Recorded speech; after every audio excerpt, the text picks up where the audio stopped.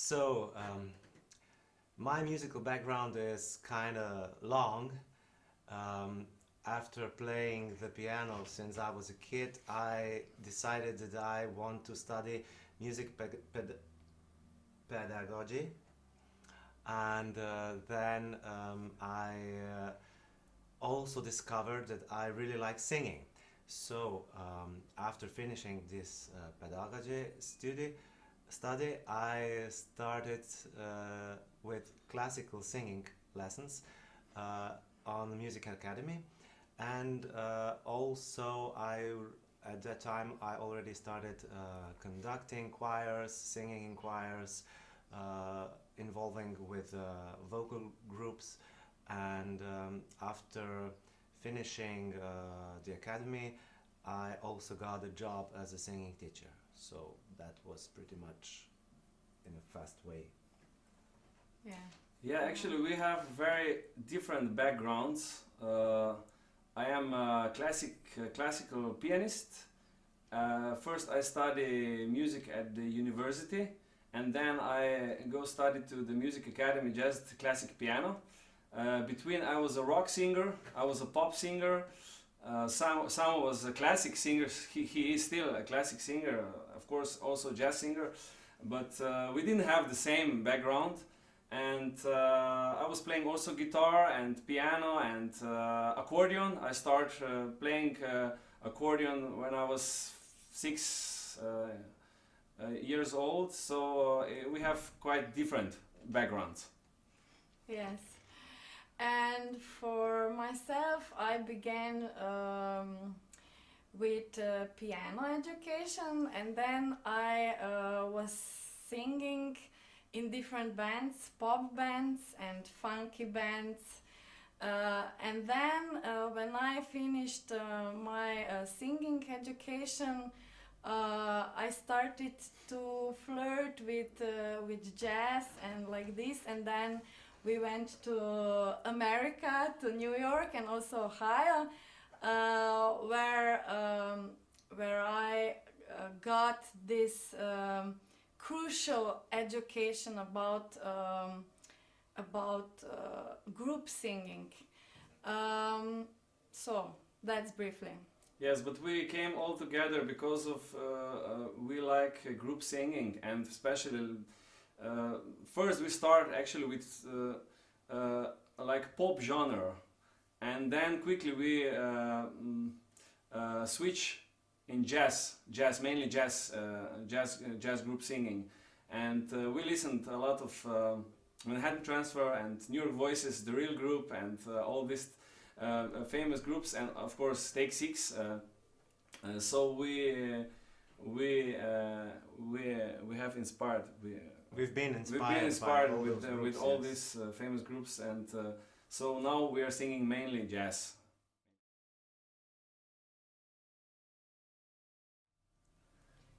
So our arrangers are both guys, Mladen and Samo.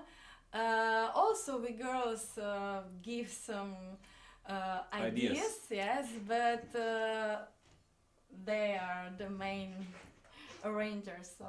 Well, Samo, I have to say that he is probably one of the most important arranger of Slovenian pop and jazz songs, especially for vocal groups in all Slovenia for many years. So he started arranging for us at the beginning of the group. And a few years ago, I started learning with Darman from New York Voices also. So now we have two arrangers. But I think Samo can tell something about arranging and the process of that work, hard work. Yeah, it's a hard work.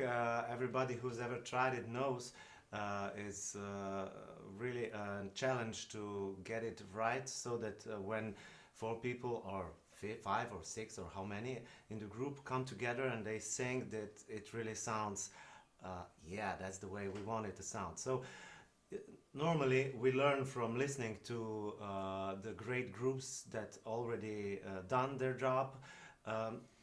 Otherwise, I would say that my process of arranging goes something like first, of course, deciding on a tune, then listening to the original or some sort of original, then going through lyrics, deciding what seems important, deciding what mood, what feeling I want for the arrangement.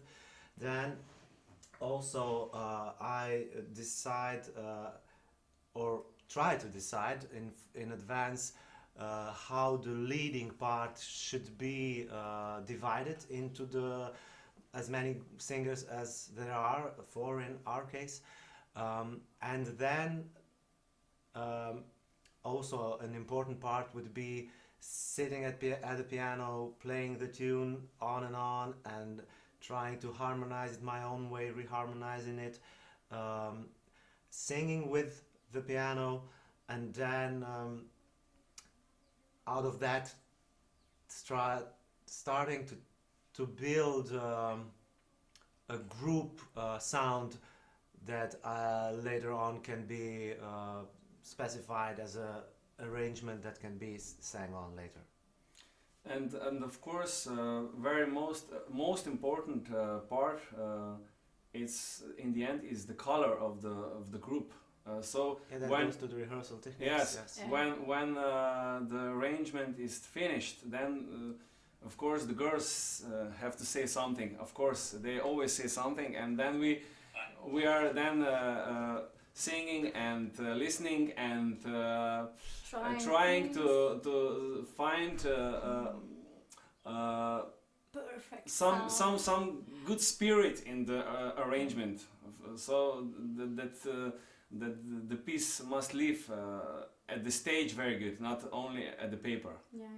Yeah, of course, that is the most important thing for every arranger, that when the tune is then sang on stage, that it sounds so that it really attracts the listener, the audience, his attention.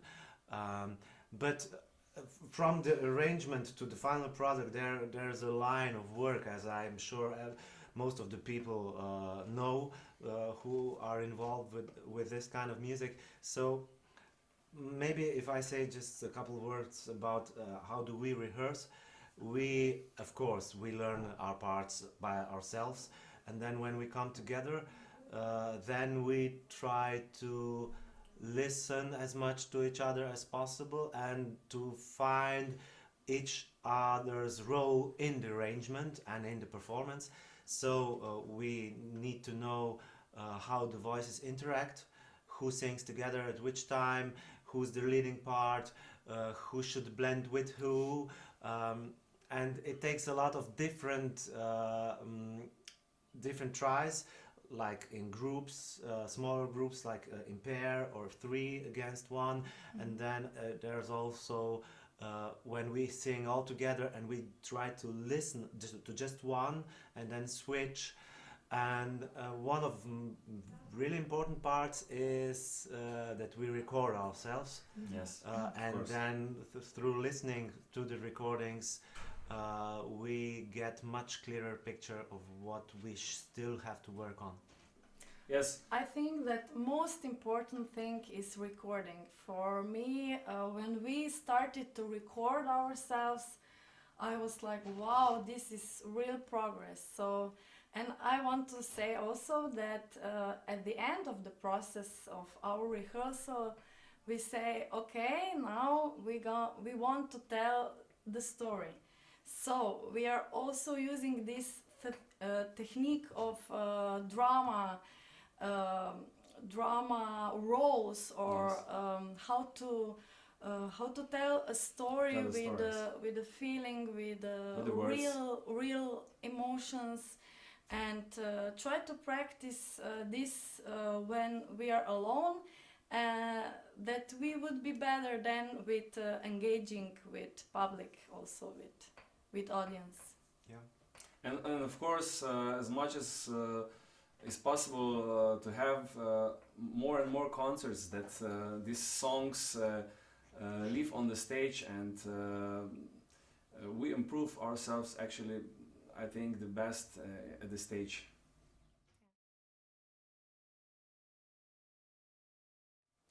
Yeah, for us it's a little bit different because you Americans, for example, or also in England, you were born with this feeling and listening to this kind of music. But for us, I was listening to some folk music all my life. And classical music, actually. And classical, yes, and maybe some pop, but not jazz and rhythm and blues or something like that. Like that. So for us, I think for us it's important that we are listening every day. So this American music and all the great jazz vocalists and also instrumentalists and all the jazz music that is in the world, and learning And we are, of course, we are singing as a soloist, jazz standards, and listening very famous jazz singers like Kurt Elling, like Ella Fitzgerald, and all of them. And as much as we are better and better as a soloist, the group is getting better and better, and it's easier to find group swing sound. Yeah, I think it's a really challenging thing to do for a non-American person, especially because we come from we grew up in an age where there was no internet, where there was very little of this kind of music available to listen to in the first place. So when we were really young, there was hardly any this kind of music available to our ears. Later on, it really depended on who wanted to listen to this kind of music. I was very interested in jazz already when I was in college, so I did listen to it as much as I could get my hands on, because still you had to get the recordings from somewhere outside Slovenia. You couldn't buy them in Slovenia. So there we have a lack of audio ideas that you all have since you've been born in this kind of an environment in America. But we try to improve that through really listening purposely, through trying to get a real deep connection with the sound and with the groove and with the feeling that goes with it. And of course, great singers and great vocal groups that really know how to do their jobs are our role models.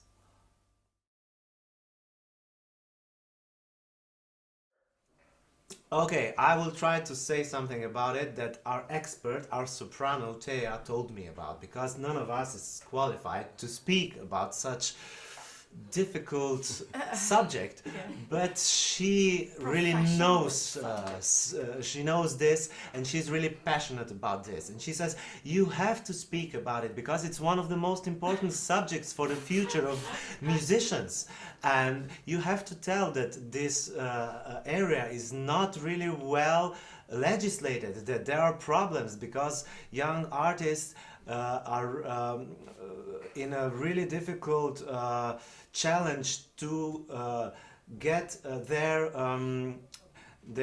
status right. So the problem is that the legislation is really different from America to Europe. We in Slovenia, we have to follow the European model, the how do you call that? The directives, the European Union directives. So the problem is that the phonogram producers, to say, they have much power, and some young unknown artist has very little power over this. He can make great music, but out of that he can hardly get any payback, so that he could actually probably live of his artistic work. So our soprano Thea, she says that this is a very serious subject that should be really heavily addressed, thought about, if we want to keep up new artists making new music.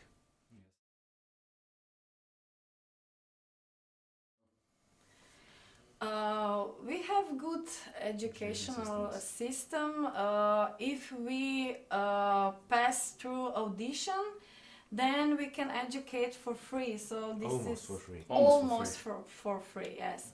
So this is a big thing comparing to America, for example.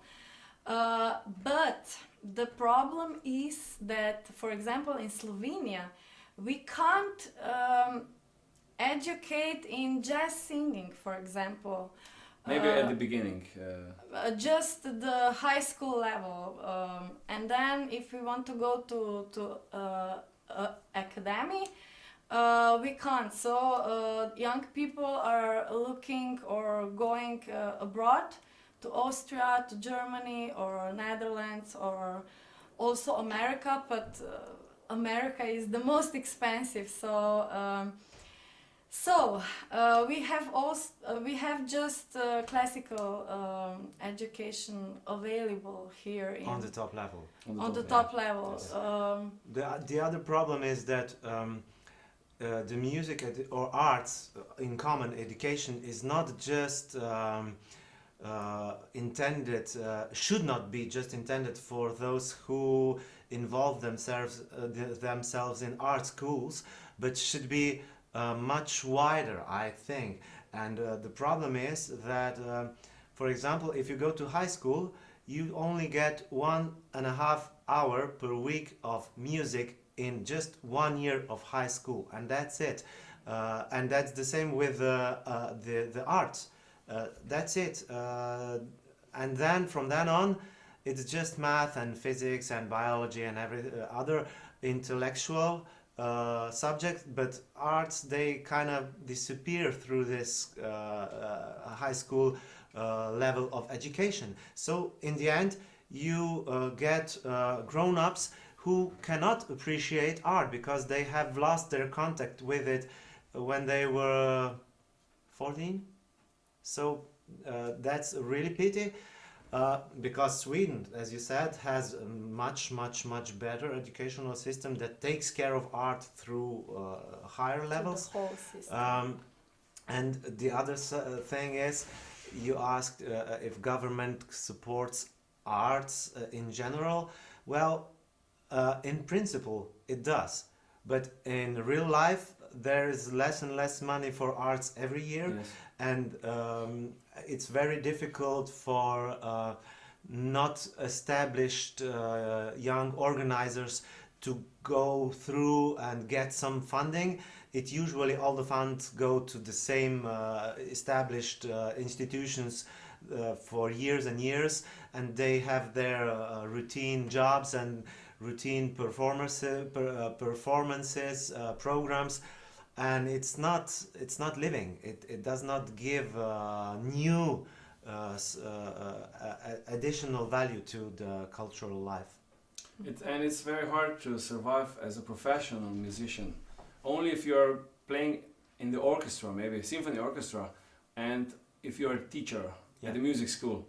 But otherwise, classic and jazz musicians, they have to go abroad and play all around the Europe and states and other countries and continents. So it's well, we are a small country, but we are a very musical country. Yeah. We have many choirs, many folk musicians, Thing, yeah. and we have quite many music schools for children. So I think we are very. Yeah, it's very difficult, funny, because on one side, Slovenian people are really enthusiastic in music. They love music. Almost everybody is an amateur musician, and that's okay. That's great. That's super cool. But if on the other side we have this nonsense of professional musicians who cannot survive.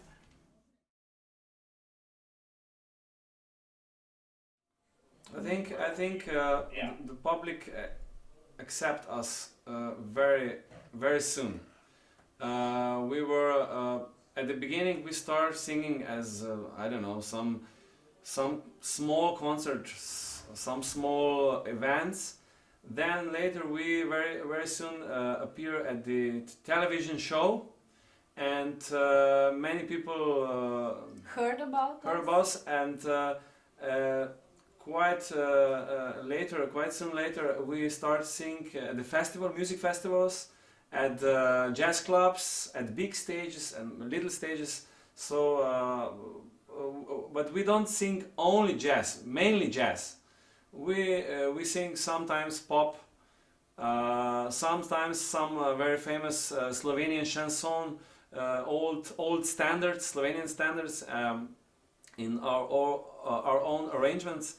So I think we have a little bit Why? Broader yes Yeah. program, yes. program, but last few years we sing mainly jazz with big bands, so jazz orchestra and with trio.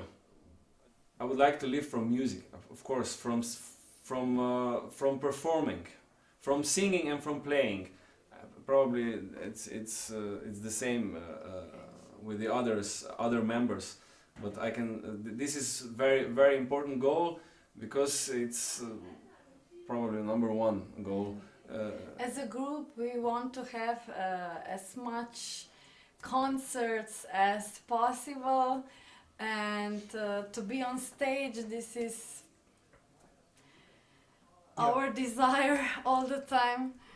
We think that every music that is done with real commitment, with real passion, should be out as much as possible, so that people can feel it and take the energy. And like one of our tunes, the title tune actually, Turn It Up, says, it has a great message in it. Rosanna Eckert, the famous American composer and artist, wrote it for us, and she did a great job doing the lyrics that say everything about how we feel about music being the thing that can help a person after a tiring day, after the job, after some sort of uncomfort through the day, to give you the peace that you need inside. Just turn on some great music and then you'll feel better. And we would like people to hear that through our music, and to keep up the good thing and the good spirit that arts are messaging. And of course, all the time we are feeling that music is at the highest level of communication, and that gives us some passion to speak through the music. You know, we can reach many people at the stages. We met many artists, so it's something special. It's a very special job.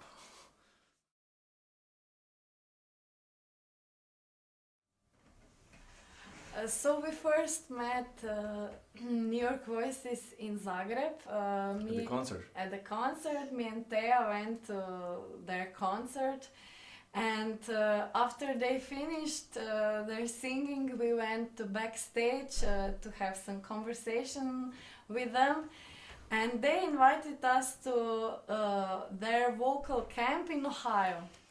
And we were like, all right, okay. But then really after 2 years? 2 years? 3 years. 3 years? Yes. We went all together, the whole group, to America. And there we practically become friends, really good friends, because also me and Mladen stay in New York, and we were taking lessons from Lauren and Darman and Kim. So our connection began at that time, And they also came to Slovenia in 2 years ago. Yes. To our festival. They had concert, and they were so enthusiastic about Slovenia and our small town Ptuj. The oldest Slovenian The town. oldest, yes, our town.